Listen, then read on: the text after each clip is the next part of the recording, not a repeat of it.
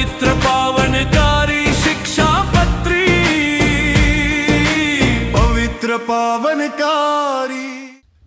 આ દુનિયાની એક વાસ્તવિકતા રહી છે, જેનો જન્મ થાય છે એનું મરણ પણ થાય છે, જેનું નામ છે એનો નાશ પણ થવાનો છે, માટે મૃત્યુ અવશ્ય આવવાનું જ છે।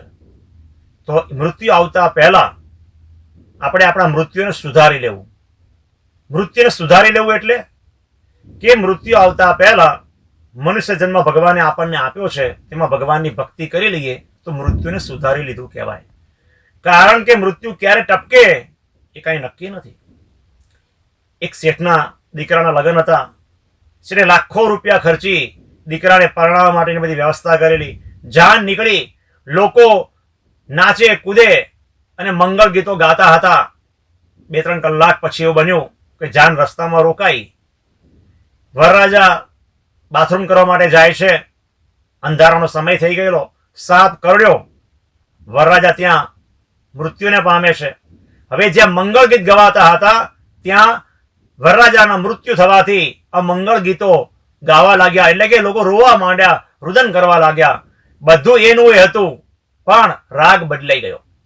એમ આપણું પણ ગમે ત્યારે મૃત્યુ આવી શકે છે। આજે ઘણી ઘટના બને છે કે તમે જે વ્યક્તિને રાત્રે મળ્યા હોવ અને સવારે 4 વાગે તમારી પર ફોન આવશે કે ભાઈ ગયા। એવું આપણા જીવનમાં પણ બની શકે છે।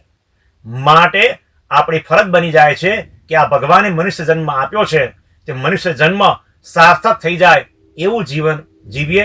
પણ મનુષ્ય જન્મ સાર્થક ક્યારે બને, કેવું જીવન જીવીએ તો ભગવાન આપણા જીવનને પ્રમાણિત કરે।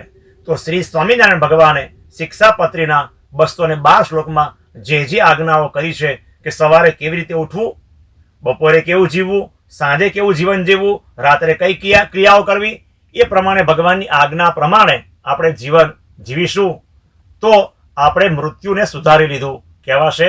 તો મૃત્યુ આવતા પહેલા સાવધાન થઈ જઈશું અને આપણો મોક્ષ સાધી લઈએ એવું જીવન જીવીએ અને ભગવાનની આપણા સૌ કોઈ ઉપર પ્રસન્નતા ઉતરે એવું આપણે જીવન જીવીએ અને શ્રી સ્વામિનારાયણ ભગવાનની ભક્તિ કરીને આ જન્મ આપણને જે મળ્યો છે એને સાર્થક કરી લઈએ।